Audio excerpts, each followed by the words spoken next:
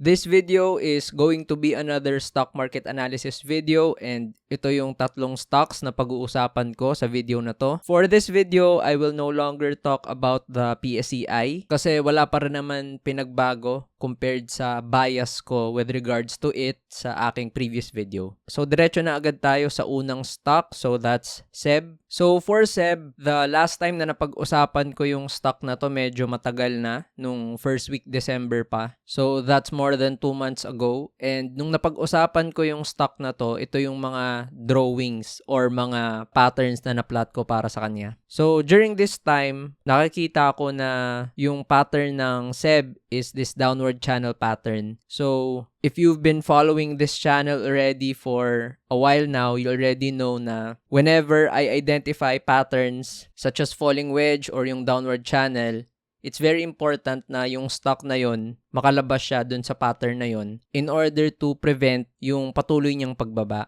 So that's why you see here, meron akong ginawang pattern dyan na na-plot. And surprisingly, yung naging galaw ng SEB is positive kasi yung ina-expect ko lang sa kanya dito, mag-consolidate lang siya for a while before siya mag-decide na either lumabas doon sa consolidation or bumaba. So fortunately, hindi na siya pumunta dito sa ilalim, no? So tatanggalin ko na tong pattern na to and this consolidation. So mukhang ginawa niya yung move, no, towards the bias of it going upwards. So tumaas siya at napaaga yon because around second week, third week December pa lang tumataas na siya. So nag-breakout siya dito tapos nahirapan siya dito sa R2 na resistance and then bumalik siya towards dito sa R1. So ibig sabihin niyan, support na itong level na to, yung around 31.28. So that explains why nagkaroon din ng support dito nung February 9. So syempre, this is the support level for me pero mamaya ko na i-identify kung anong level ng support siya. So I'm going to remove this R2 already and makikita natin na actually yung ginawang pattern ng SEB is a bigger box, no, around this area. So ito yung kanyang support and then ito yung resistance and then it was able to break out around February 5. Tapos ito nga, no, dire-diretso na yung pagtaas niya. So for me, ibig sabihin yan, itong level na to, since na-confirm naman na yung breakout, ito yung gagawin kong S1 by means of role reversal and this is the S2 support already. So pwede ko nang tanggalin yung mga levels dito sa ilalim. So the question is, ano ba yung mga naging catalyst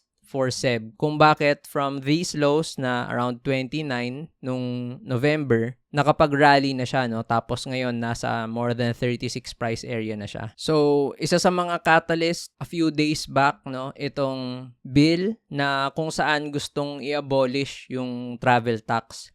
So basically what this means is magde-decrease, no, yung expenses ng mga turista, no, ng mga travelers. So probably market participants are expecting na that will increase yung tourism, no, sa Philippines. So syempre it will create a direct benefit sa mga airlines kapag lumakas yung tourism or yung travel sa Philippines. So that's one catalyst that I'm seeing kung bakit ganito yung naging galaw ng SEB. And also this one, an article from Insider PH na lumabas after market close kahapon. So nakalagay dito that SEB is actually weighing its first common share na cash dividends, no? Kasi last year they were able to provide yung dividends pagdating dun sa convertible na preferred shares nila. So ngayon, usap-usapan na may potential na magbigay na sila ng dividends para sa common shareholders. So that's why makikita natin na itong around February 11 na candle, ito yung biggest volume niya, no, since 2026. So ano ba yung magiging resistances ng SEB moving forward? So I was able to plot the key levels for the support. So tingnan natin yung sa resistance naman. So I'm going to just zoom out. So the last time na napag-usapan ko kasi yung SEB,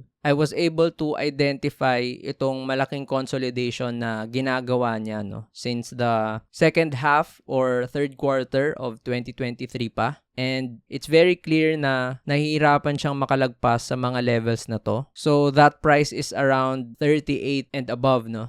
So kung lalagyan ko dito ng horizontal line sa 38, we can see clearly na ito yung mga instances na kung saan nagkakaroon ng bentahan sa SEB. So what this means is yung 38 na price area up to the highest point ng range, which is 38.65, pwede tayong makakita ng selling dito na kailangan malakas talaga yung buying pressure ng SEB in order for it to move higher or move upwards. So, ibig sabihin, itong 38 na price up to the highest part of the range, resistance yan. So, para sa akin, resistance range yung level na yan. So, ngayon, for SEB, it seems like kung wala masyadong bentahan na mangyayari sa market at more market participants think na positive nga itong pag-abolish ng travel tax, tapos magpo-push through talaga sila pagdating dito sa common share na dividends, most likely, no, mas seseryosohin yan ng mga investors at hindi lang ng mga traders. So, ang dapat abangan dito sa SEB is, in the event na tumaas pa siya,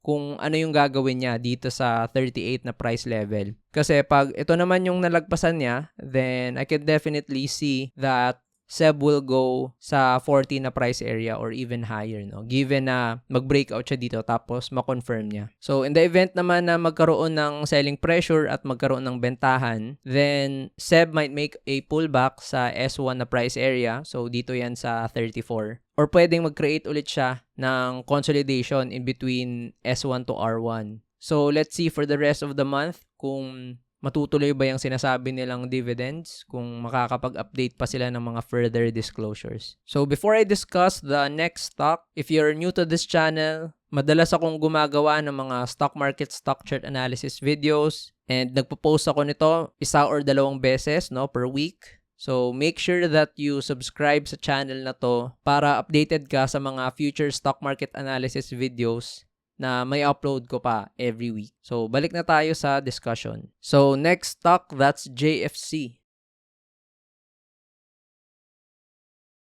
So, for JFC, last time na napag-usapan ko to last month. So, first week pa ng January. And during this period, isa sa mga catalyst ng JFC sa pag-rally niya is because they announced na by next year, no, 2027, although hindi pa sigurado kung anong specific date, they're planning to separate yung kanilang international operations tapos yung domestic operations nila, no? So, if you want to learn more about that, yung napag-usapan ko siya last month, so pwede nyong balikan yung video ko na yon sa JFC. So, you can click towards the upper right or sa description box below. Andun yung link. So, nung napag-usapan ko yung JFC last month, ito nga yung ina-anticipate ko na gagawin niya, no? Magsistay siya dito sa loob ng consolidation. Tapos, nagstay naman siya dito until around the 3rd week of January. Tapos, nabutas niya itong S1 support, no? Itong araw na na-plot ko. Fortunately, hindi naman nahulog yung JFC towards the S2 support. So, ito lang siya. And ngayon, naka-recover siya at halos andito na naman ulit siya sa loob ng box. Pero, below pa rin siya dito sa R1 na resistance, no? So, essentially, yung ginawa ng JFC is pinalaki niya lang yung consolidation niya. So, itong S1 na support, para sa akin, hindi na ito yung support sa ngayon. And I think the S1 support is already this bottom part of the range, yung sa 196. Pero syempre, itong S2 na level, andito pa rin yan.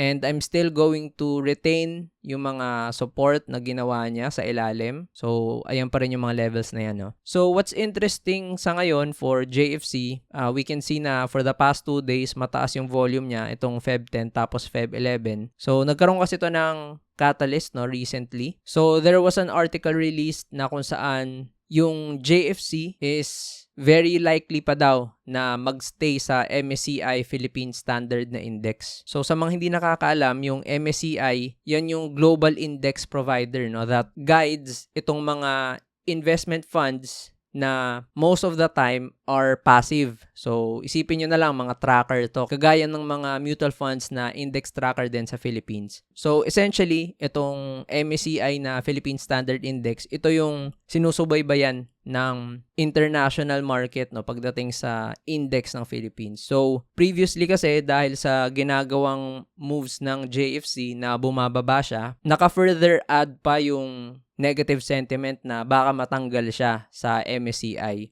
And now, sabi nga dito ng First Metro, most likely, no, magsistay itong JFC sa MSCI. And essentially, nawala daw yung takot ng mga investors or ng market participants dahil sa naging nilang announcement with regards to the spin-off ng kanilang international business. So basically dahil sa news na sinabi ng JFC, tumaas yung stock nila, tapos nami-meet pa rin nila yung requirements no when it comes to the market cap ng MSCI. So eto, biglang tumaas yung stock kahit papano. Pero hindi pa rin niya malagpasan yung key level niya dito sa R1, which is itong level na around 211 up to 214.70 plus na area. So ito yan yung upper part ng range. So ang gusto kong gawin ng JFC is syempre mag-breakout siya dito, kagaya ng na-mention ko last time. Tapos, hindi na siya bumalik sa ilalim ng 215 na price area. So, ayan talaga yung masasabi natin na nagsusustain yung move, no? But I can see na there are several patterns na ginagawa ng JFC. So, una sa lahat, nire-respect niya itong trend line. So, kung makikita natin, ito yung point A ng trend line. Tapos, ito yung point B, which corresponds din sa upper part ng range. Tapos, ito yung nag-serve as the resistance ng stock kasabay nitong R1, no? So, yung alternative din na chart pattern kung hindi trend line is that JFC is on the early part of its upward channel, no? So, ito siya. Kita natin na nire-respect niya rin itong upward channel niya when it started nung November 21 hanggang dito sa level na to nung January 20. So, essentially, gusto talaga natin na yung JFC mag-close ng above ng range na to because what will happen is sinusunod niya yung channel pattern tapos nakapag-breakout siya dito sa box and then nakapag-breakout na rin siya dito sa trend line. So, ito talaga yung dapat nating abangan na move sa JFC. So, not really sure kung ano yung posibleng catalyst na makapagtulak ng JFC upwards. So, I think wala pa silang nare-release na annual report. So, baka pag nirelease nila yung annual report tapos mapakita nilang malakas yung earnings, then baka yun yung mag-entice sa mga market participants na bilhin pa tong stock na to aside sa catalyst with regards to their international spin-off and yung pag-retain sa kanila sa MSCI. So, the next stock, that's DHI. So, for DHI, I believe hindi ko pa napag-usapan tong stock na to no since last year pa. And the reason why is because wala namang galaw sa stock na to tapos very illiquid siya. But recently, no nitong mga nakaraang araw, malakas yung hype sa DHI, sa Dominion Holdings, no. So, as you can see, yung price niya andito lang sa above 1.15, 1.16 level. Tapos, biglang around January 23, ito nag-close siya ng 2.10. Tapos, dire-diretso yung pagtaas niya. Umabot pa siya ng more than 5 pesos no, per share. Tapos ngayon, nasa 3.86. So, ano ba yung naging catalyst for DHI, for Dominion Holdings, kung ba't ganito yung nangyari? So, last month kasi, no, this is an article from Insider PH, may article dito na nagsasabi na yung DHI, ang main owner kasi talaga nito is BDO Unibank, no, which is of course a subsidiary ng SM Investments. And syempre, ang controlling group niyan yung C family. Tapos sabi dito sa article, around 2.54 billion yung ibebenta ng BDO, which is about 70% of Dominion Holdings. So ang tanong, kanino ba ibebenta? So yung sinasabing more than 2 billion deal na to, na 70% ng DHI, ang bibili is Montesur na holding company, and it is said na various securities and companies yung hawak nila that operates mining projects. So, syempre, simula pa last year, no, hanggang sa ngayon pa rin naman, grabe pa rin yung hype, yung sentiment pagdating sa mga mining stocks. So, everything is up for speculation sa ngayon. So, nakita natin na ang gustong mangyari dito is that yung BDO, ibebenta nila yung majority ownership ng DHI sa Montesur. Tapos yung Montesur is actually heavily linked or connected sa mga mining project. So essentially what's happening is DHI could possibly be a stock na related naman na ngayon sa mining. So, syempre, grabe yung hype dyan kasi ang dami nagsispekulate kung ano yung mga mining projects or mga mining prospects na pwedeng malink sa kanya. So, sa ngayon, tingnan natin yung mga important levels ng DHI. So, the recent swing high na ginawa ng stock is 5.10. So, definitely, ito yung kanyang R1 sa ngayon, no? So, titingnan ko towards the left kung bakit nagkaroon ng bentahan dito sa 5.10. So, ayun, isang zoom out lang, makikita natin na meron palang resistance dito, no, around 2016 pa. So, halos 10 years ago kasi June 2016 pa to. And the high here is around 5.19.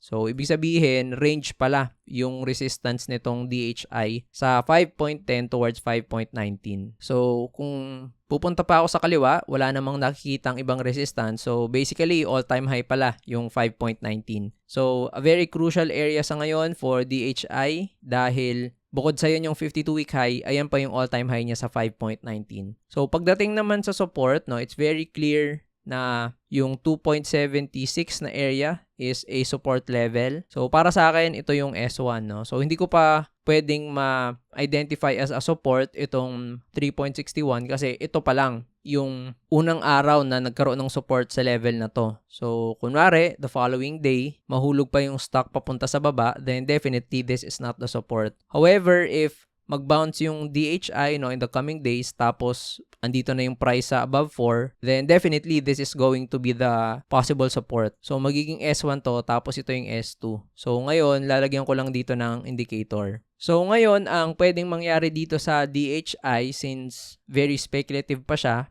kung magso-support pa itong stock na to at bibilhin ng mga market participants na gustong mag-speculate with regards to DHI, then it's possible na magkaroon siya ng consolidation around this area. Pero pag nabutas itong level na to, then that means pwedeng mas lumaki pa yung consolidation, no, maging around this level dahil ito yung main support na identified na previously. So ngayon, it's very hard to identify yung pwedeng maging galaw ng DHI kasi una sa lahat, hindi pa natin alam kung anong mga assets, no, yung pwedeng ma-infuse dyan. Hindi pa natin alam kung ano ba talaga yung mga mining projects, ano ba talaga yung mga connection nito pagdating sa mining. Kasi unclear pa, 'di ba, kung ano yung mga ililink or i-connect dito. So, pag ganyan, it's very hard to identify yung valuation ng stock, ano yung mga prices na pwede niyang puntahan. So, when the fundamentals are not clear, tapos puro speculative lang, then syempre, ang magiging basis lang natin dyan na somehow objective is yung technicals na. So, that's what we're doing at na-identify na natin yung levels nitong DHI. But, in the event na makapag-breakout siya dito sa 5.10, 5.19, then, of course, we're going to still expect some volatility, lalo na pag nag-close siya above dyan tapos hindi na pumunta sa ilalim because that could mean good news or catalyst is being priced in, no? Pero ayun lang,